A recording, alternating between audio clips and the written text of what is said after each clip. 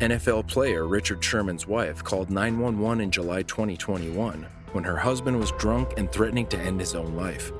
Sherman was arrested just outside of Seattle by authorities shortly after the call.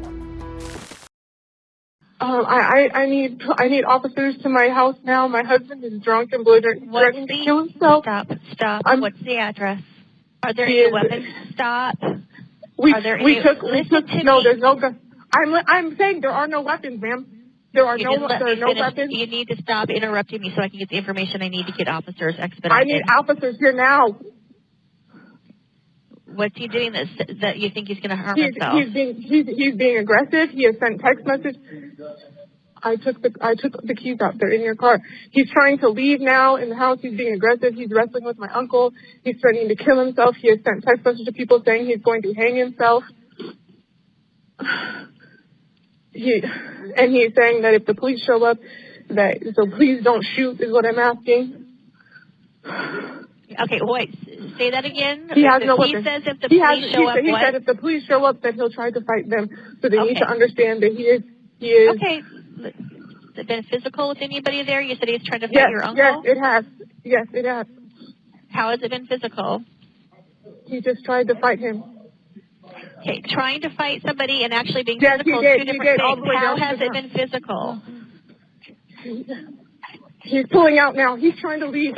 He's what kind of car? What kind of car? It's a 2016 black Mercedes. Richard, please stop. Richard, please stop. Please stop. Is that a sedan, SUV? It's just a black sedan Mercedes SUV. Okay. He's not going to be able to get out the gate. I cut it off. What do you mean you cut it off? I cut the gate. We live behind it. It's Richard Sherman. Like, ma'am, this is like a emergency. I need officers here now. Listen to me. I'm handling this. You need to stop telling me that. I'll tell you, but what I'm not going to slow help down. Talking to me is not going to slow help down. Okay. Well, what I need to know is that What's your name? My name is Ashley Sherman. Do you know what his date of birth is? 3/30/88. Okay, slow down so I can understand you. What's the date of birth? March 30th, 1988. March 30th, 1988. His name is Richard Kevin Sherman. Does anybody need an ambulance there? You said it was physical. No, we don't need an ambulance. Okay. And he does not have any weapons or access to weapons? No. Okay, and how much has he had to drink tonight? 2 bottles. 2 bottles of what? A vodka and Hennessy. Okay, hard alcohol. It's alcohol. He's intoxicated. Okay, sir. I'm only going to talk to one person, so please put the phone down and talk to Ashley. Okay, is the sheriff on the way? Okay, listen, it's over on dispatch, okay? Talking to me is not going to slow anything else down.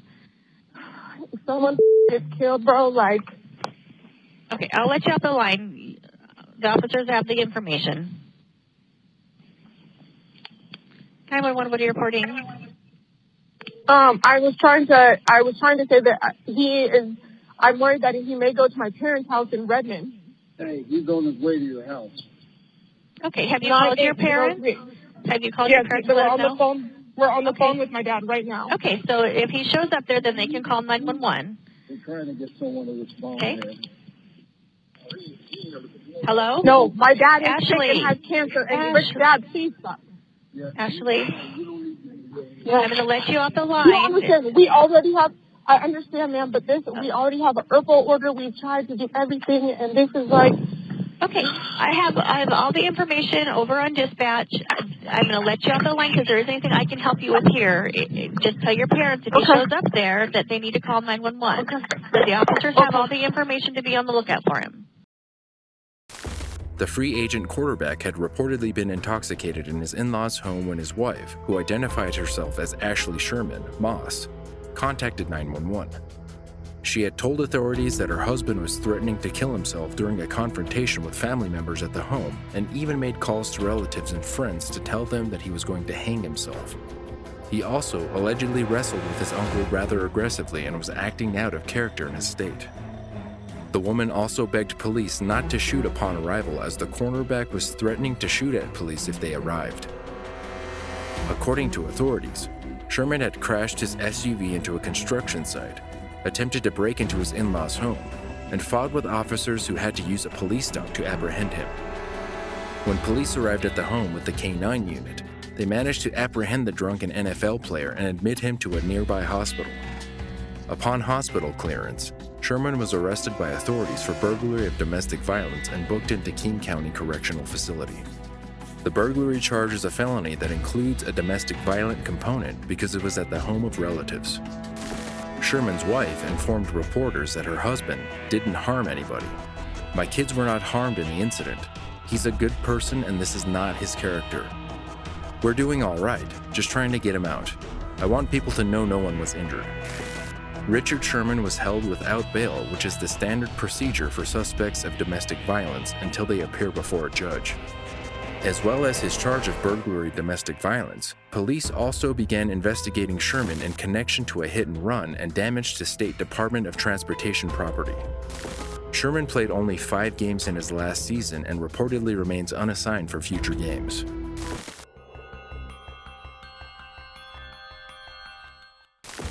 A terrified teenager called 911 at a Mukilteo house party when 19-year-old Alan Ivanov went on a gruesome shooting rampage and killing spree after his ex-girlfriend refused to get back together with him. The call came in on July 30th, 2016. Okay, Natalie, you still there? Yeah. Okay, are you still in the bathroom? Yeah. Okay, you don't go out of the bathroom. We've got people coming out to help, okay? Okay. Yeah, I'm coming. Come back in. Don't let anybody go outside the house unless we know that this guy's gone. Okay. Okay, is there anybody there? Phone. They're coming. Is there anybody there that saw the suspect? I don't know. Alex, did you see the suspect? I'm on the phone to call.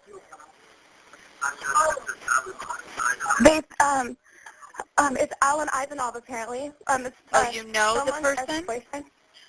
Someone said that they're 99% sure the shooter is Alan Ivanov, and he shot his girlfriend. She was one of the people shot ex-girlfriend. Okay. Can I talk to this person that knows the guy? Yeah. Okay, give me the person that knows the guy. And yeah, she was... Hello? Hi there. What's his last name? Ivanov? His name's Alan, A-L-L-E-N. I don't know how to spell his name. I don't know. I-V-A-N-O-V type thing, or? I think so, yeah. Okay, how old is he? Yeah, that sounds about right. He's about 19, 20, okay. And probably 19. Do you know where he lives? No, I have no idea. Okay. And how do we know Did we this? send someone, like, people? Yeah, we're sending a lot of people. I want you to stay in the bathroom. Okay? I am in the bathroom. I want everybody to be safe in there. I don't know where this guy is. So what does this guy look like? He's Russian. He's white. He's about Russian? 5'11" to 6 feet tall. Okay. Close the door. 5'11". Okay. Keep everybody in the bathroom. He's white. Okay. And 5'11", do you remember, did you see what he was wearing tonight? No, I didn't. Okay. But he's a white Russian male, about 5'11", thin, heavy build?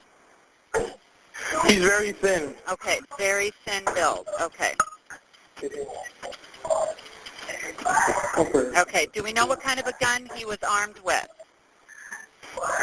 I know that on social media he posted that it looked like an M14, maybe some assault rifle. I don't know. Okay. Okay, on social media? That's what I saw. Okay. Possible M14? Yeah, it was like a big assault rifle looking thing. Okay. I don't know. I'm just guessing from the games. I don't know. Do you know if he's associated with a car? Not that I'm not. Okay. Not that I can recall. Okay. Everybody still in the bathroom okay? Some people in the bathroom. Some people are the people that look up here dead. Okay, hon. I know. We're getting people to come and help. Okay. Do we know for sure that he left? People said that they saw him running away. Okay. Was he the only one, or was there anybody else with him also shooting?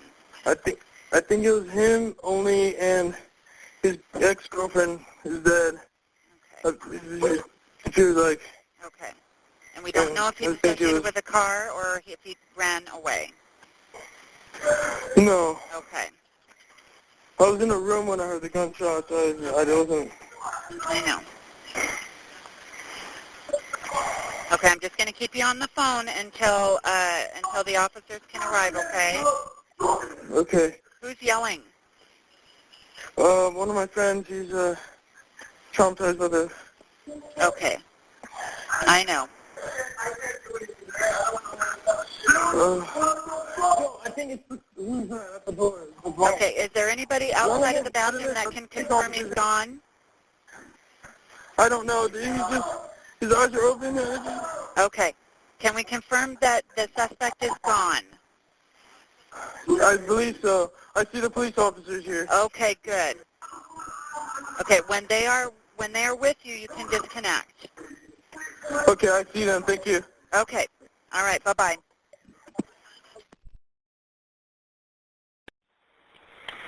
(911), the location of your emergency.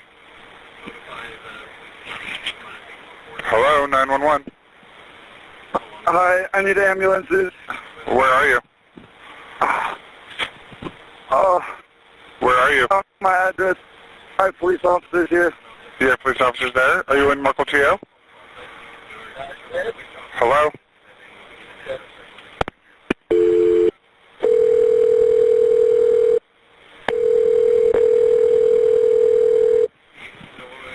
(911), what are you reporting? Hey, it's Snowpack. I have an open line. Male said he needs an ambulance. He's shown in the area of your call for service 370 with a confidence of 19. Okay. He said there's a police officer, and then he stopped talking. I have no idea. Okay, he's not talking to us. Do we still have the line open? The line is still open with him. Okay, requesting aid. Yeah, all he said is I need an ambulance. It sounded like he was in pain. And then he said... Do we know if he's inside the house or outside the house? Don't know anything. He said he saw a police officer, and now he stopped talking to me. Okay. 911, what is the location? Hi, I don't know where I am. I'm at the bottom of Chanel Beach. Of what beach? I don't know. Can you find my current location? I'm at my friend's house. Okay. Well, what town are you in? Mukilteo. Okay. Are you at the beach? You need to hurry. I feel like my friend just got shot. You need to get here. Okay. I'm trying to figure out where you are. Are you like at 64th Place? No, I'm at the bottom of Chanel Beach Road. Okay. What are you I don't hearing? know.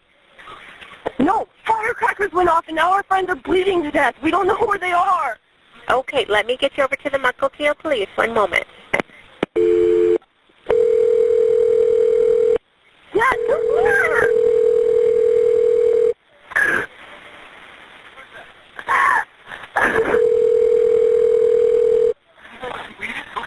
Hang on now. Okay. You have reached 911. 911, what are you reporting? This is Snowpack Call for Service 376. Yep, I have it, Snowpack. Caller, go ahead. Our friends...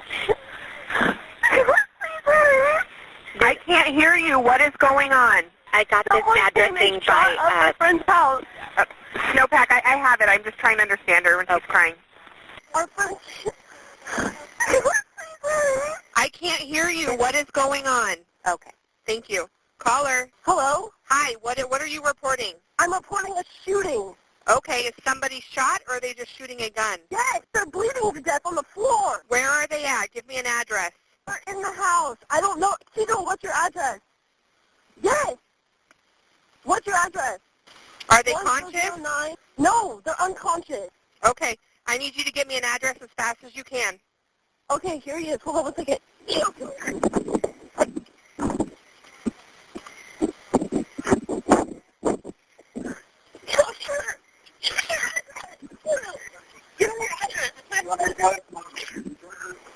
My address is...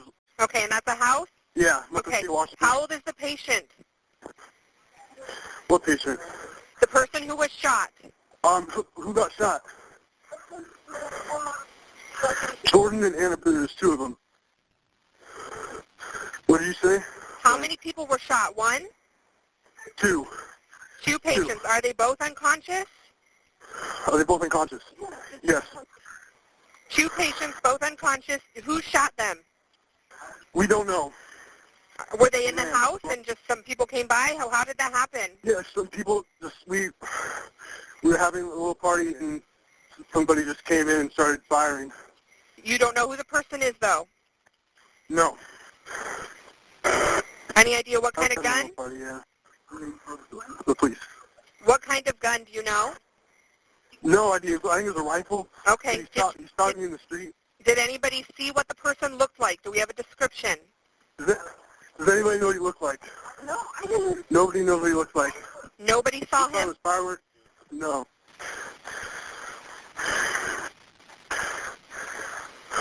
What is your name? What's your phone number, Tristan? My home phone or my cell phone? Give me your home phone. Okay.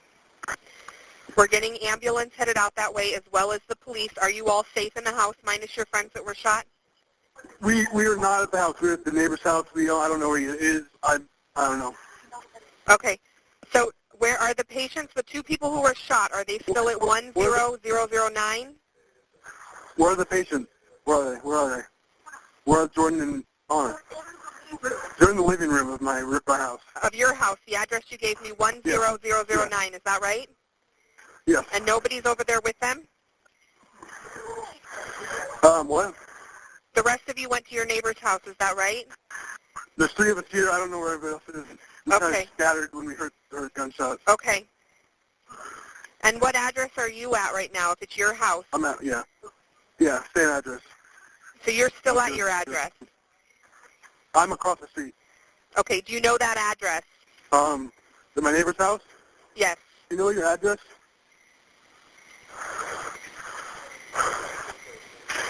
Do you know your address? Okay. Let me talk to Tristan again. You want me to repeat it again? Let me talk to Tristan again, please. Okay, Tristan, calling talk. Thank you so much. Okay. Are you the homeowner of your address where the party was? Yeah. Okay. Yeah. I'm sorry.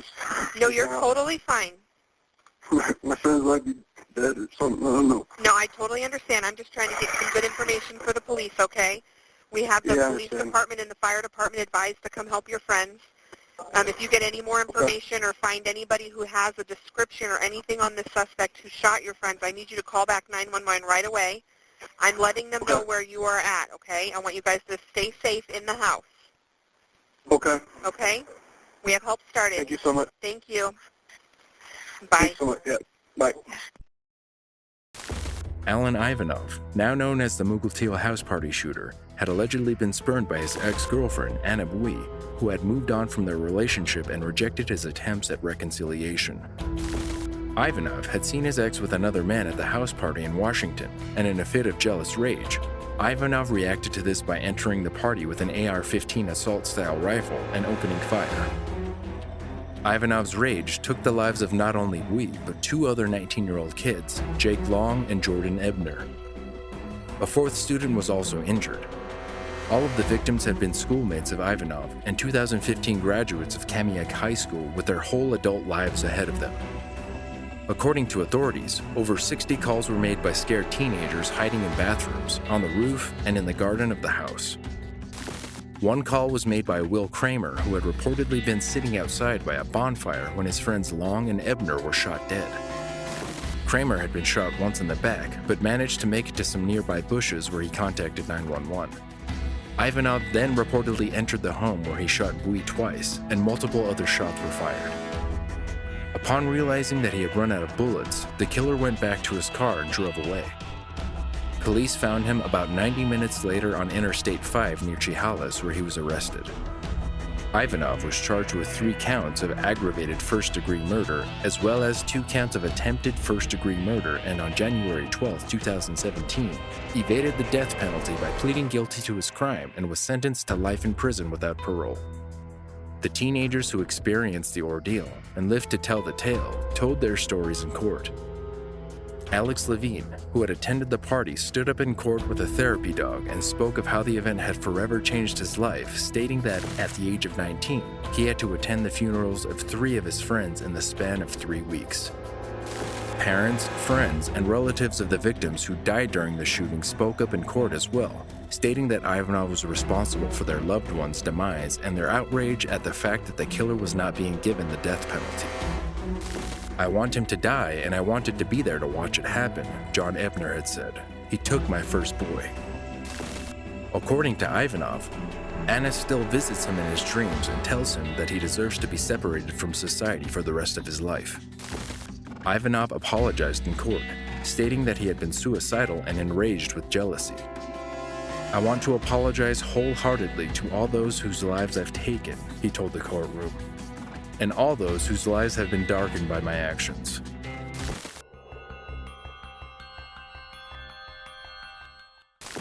In July 2014, Professor Dan Markel was shot and killed as he pulled into the garage of his Benton Hills home.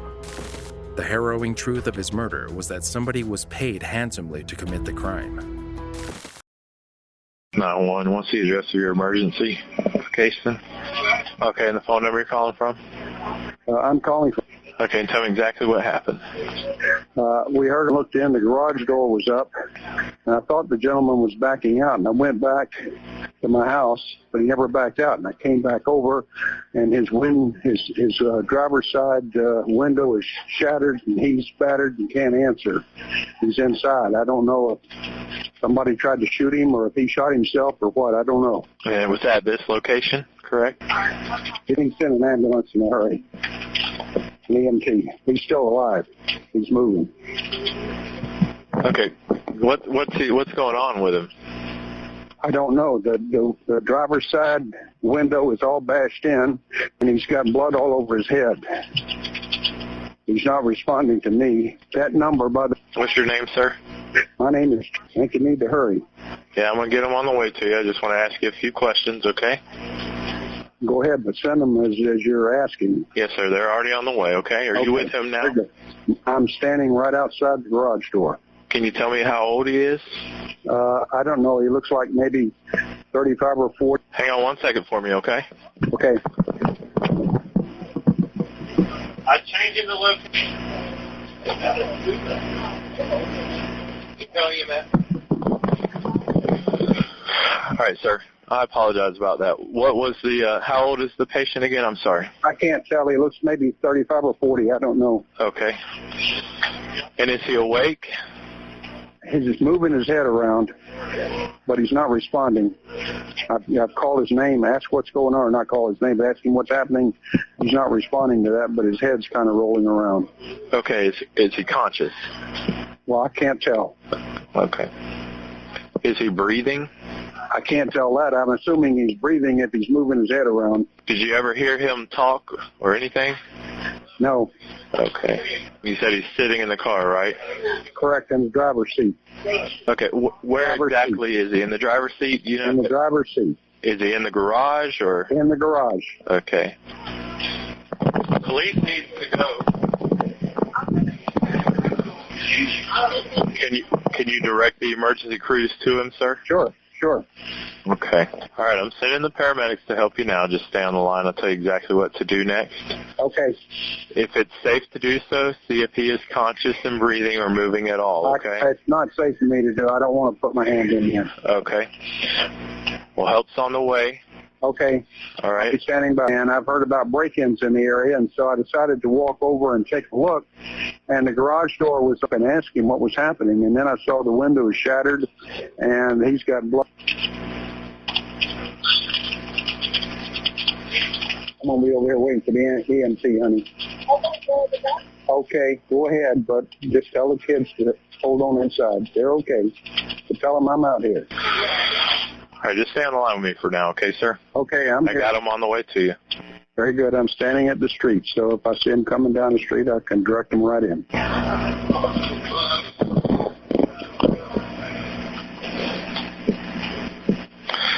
So he won't respond to you at all? Not to me. Holler at him or anything? Yeah, he didn't respond, but his head kind of moving around. Okay. But I've walked away from the car right now. I'm standing at the street, so. And he's? No. Okay. He's inside. The window's shattered. The garage door was up. Okay.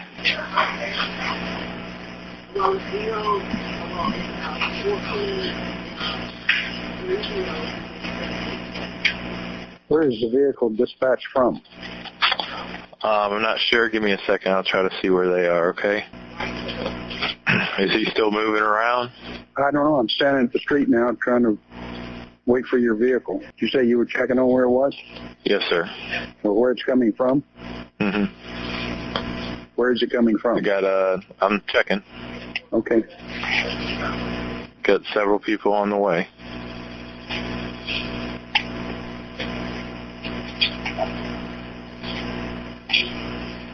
Looks like one person's coming from McClay Road. Okay, well, it may take them a while to get here then. We're close to the hospital, so. Mm-hmm. So. Oh, go ahead. So you're saying his head is bloody now? Yeah, it's been bloody. I mean, it's the window shattered. I don't know if he's tried to shoot himself. I don't know what the situation is. And it's the driver's side window, correct? That's correct. He's still moving around, so he's alive. Okay. Looks like I should have an officer coming up the roadway. Okay, well, we need EMT. Well, the officer's going to be there first. They're not going to come until we figure out what's going on, but they're on the way as well, okay? He better be if this guy's got a shot living. Yes, sir. They're on the way as well, okay? Yeah. It looks like could be the officer now. Is he there? Yeah, he's just coming up right now. Okay. I'm going to go ahead and let you go, sir, okay? Okay, very good. Thank you. Right. The Florida State University law professor was found bleeding from the head and unconscious in his car by a neighbor who hastily contacted 911. An error by dispatchers caused a delayed response time, and police arrived 15 minutes after the call was made, followed by an ambulance 4 minutes later. Authorities state that it is unclear whether the delayed response contributed to his death or whether the man was already long gone before EMS arrived at the home. Police immediately began investigating his death as a homicide. According to police reports, a single shot was fired through the driver's window, hitting him just below the jawline. He died in hospital 14 hours later. Police did not have much information to go by, aside from the fact that the surveillance footage allowed them to discover that a Toyota Prius was involved. They issued a $10,000 reward for any information about the professor's death. After nearly 2 years of investigation, the Prius led police to arresting their first suspect, 34-year-old Sigfredo Garcia, who confessed to being involved in the murder for hire. Allegedly, Garcia and 33-year-old Luis Rivera had traveled from Miami and rented the Prius. The arrest unraveled a story of a bitter custody battle between Dan Markel and his ex-wife, Wendy Adelson. Garcia and Rivera had allegedly been brought into the plot when Catherine Magbanua was reportedly paid handsomely by Charles Adelson, brother of Wendy, and Donna Adelson, mother of Wendy, to arrange the murder of Wendy's ex-husband shortly after Markel had won a court order preventing her from moving to Miami with their children, as they had a 50-50 custody agreement. Luis Rivera pleaded guilty to murder as part of a plea bargain in 2016 and was sentenced to 19 years in prison. In his confession, Rivera claimed that Sigfredo Garcia had recruited Rivera to take part in the killing of Markel and that Catherine Magbanua was the woman in the middle doing everything. He also confessed that all three were paid $10,000 to commit the crime. Garcia, on the other hand, had claimed that it was Rivera who acted alone. Garcia was sentenced to life imprisonment in October 2019 for first-degree murder. The jury was unable to reach a verdict on Catherine Magbanua, and due to the COVID-19 pandemic, she remains in prison but not sentenced. Her trial was originally scheduled for October 2021, but has now been moved to December 3, 2021. The Adelson family has not been charged, and Wendy has prevented the Markel family from having any connection with her and Markel's 2 children. Florida's grandparents' visitation rights are highly restrictive, and Markel's grandparents are still seeking a way to fight for their right to have a connection with their grandchildren.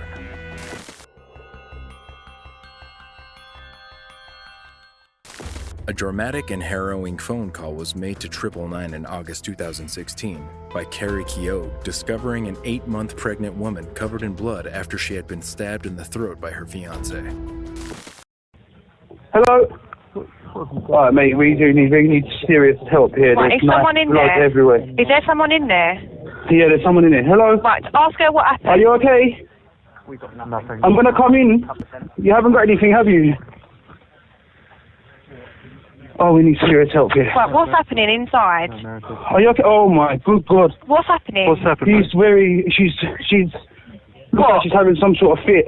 She's having a fit? She can't breathe, she's bleeding from her mouth. Right, okay, listen, you need to take a deep breath for me. Leave her to fit for the moment, alright? Is there anybody else in that room? No, just her, but... Just her? Yeah. Right, okay, just leave her for the moment. Make sure everything around her... I think her throat's... Listen, her throat's been cut. I think so, yeah, it looks like it. She's really bleeding from her mouth. Hello? Okay, so look, I mean... You can't breathe. Oh, what am I going to do here? Okay, listen, if she's fitting, you need to leave her to fit for the second, alright? Just make sure everything around her is away from her so she can't knock herself, okay? Okay, Just for the moment. We've got someone on their way to you. We're going to get another ambulance as well, alright? There's 2 patients. There's definitely nobody else in that room. Definitely 2 patients, yeah. There's a knife on the floor. Right. There's it looks like they've had some sort of altercation. Oh, she's pregnant. She's pregnant? She's pregnant, yeah. But when she's listen to me, when she stops fitting, okay, you need to leave her on her left-hand side, okay? Hello? Roll her on her side. Oh. According to authorities, a passerby, Mr. Keogh, who saved the life of the woman and her unborn child, had initially heard shouting coming from their Edmonton Green home in North London, and found Peter Petrov lying on the ground outside of the building surrounded by glass. It looked as if he had been thrown through the first-floor window. It was later discovered that the jealous and possessive father-to-be had attacked his fiancée before slitting his wrists and jumping out of the first floor in an attempt to end his life. Petrov and Campos had met while they both worked at the Rembrandt Hotel in South Kensington, where Petrov was an assistant head chef and Campos was a room attendant. Petrov had recently been suspended from work as he acted violently towards a male colleague who allegedly made a joke about Campos that angered Petrov. The couple had been romantically involved for just over a year when the incident occurred. After performing first aid on the man, Mr. Keogh then reportedly went into the apartment and found 30-year-old Anna Campos lying on the floor with life-threatening injuries. With the telephonic assistance of emergency services, he managed to perform first aid on her as well before paramedics arrived and she was rushed to hospital and placed in intensive care. Petrov was taken to Royal London Hospital where he was later arrested and charged with attempted murder. The 31-year-old Bulgarian hotel worker was sentenced at Old Bailey the following year and imprisoned for 21 years.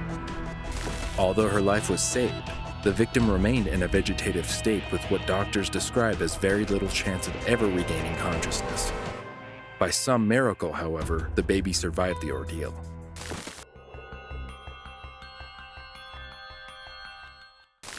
In June 2015, 11-year-old Anthony Smith, 10-year-old August Smith, and 9-year-old Trayshawn Smith all drowned in a community pool.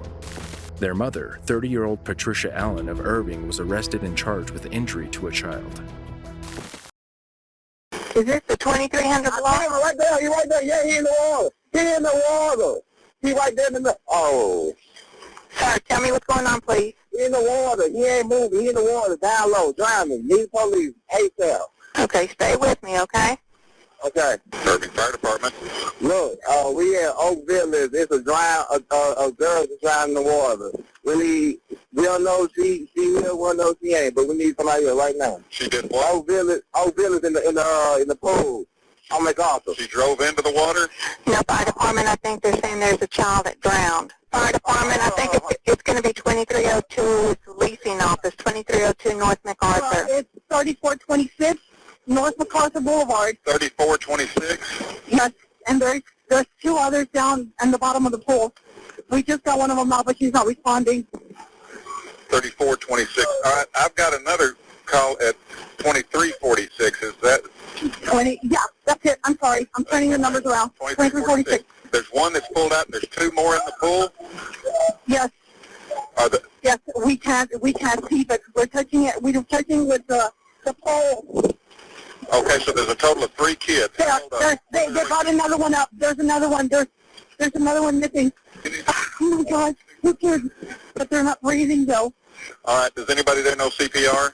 Yes, the mom's trying to, but she's going crazy, of course. Okay, we need to see if we can't start CPR on these children. How many children? Right now there's 2 out of the pool. There's 1 missing, and underneath all three of her kids.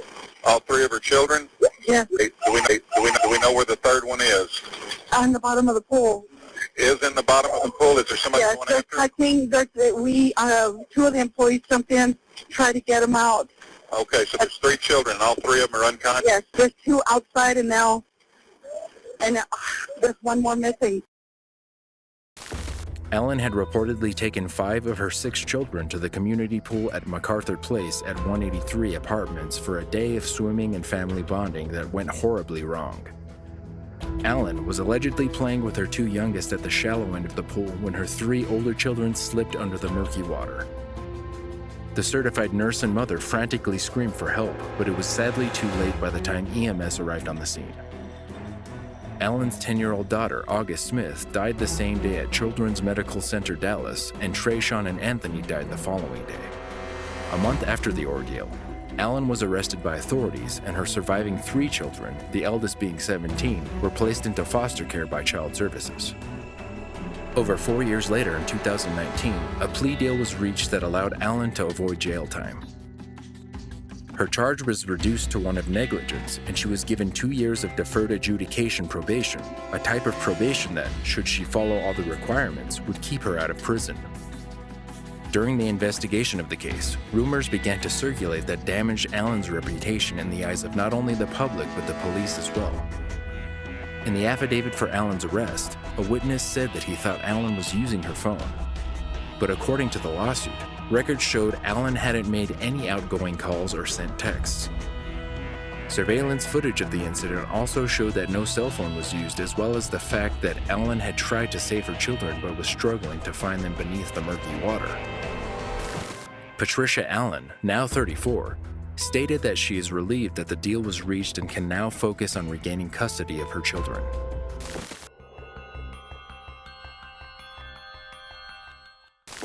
Alan Osterhout Jr. called 911 and informed them that he had shot and killed his wife, a St. Pete College professor, Maria Osterhout, in their Spring Hill home shortly after an argument in February 2012. 911, what's the address of your emergency? 7190 Raymond Place. Okay, what's going on there? I just shot my wife. You just shot your wife? Yes. Okay, sir, are you in the house right now? Yes. Okay, why did you shoot your wife? We had an argument. And okay, where's the gun right now? it's in my drawer. It's in the drawer. It's back down. Okay, is she still breathing? No. Okay, what is your name, sir? Alan Osterhout. Okay, are there any kids in the house? No. No kids in the house? And you put the gun in the drawer? It is. I am done. Okay, where are you? I'm afraid that I have done the most heinous thing I've ever done in my life. Okay, listen, I'm going to have the officers come there, okay? Yes. I don't want you to do anything else with the weapon. Can you go in the other I'll room? be outside. I'm not going to resist anything. Okay, listen, I'm going to stay on the phone with you, okay? It doesn't need to be. Okay, well, I need to stay on the phone with you, okay? Where is your wife at? In my bathroom. I am so sorry. It is terrible. Okay, and you said the gun is in the bedroom in the drawer? I've done the most heinous thing in my life.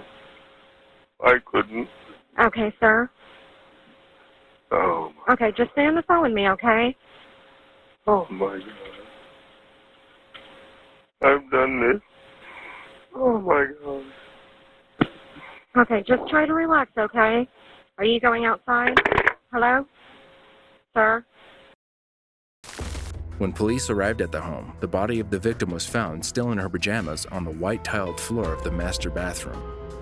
According to authorities, she had suffered a single gunshot wound to the back of her head and died instantly.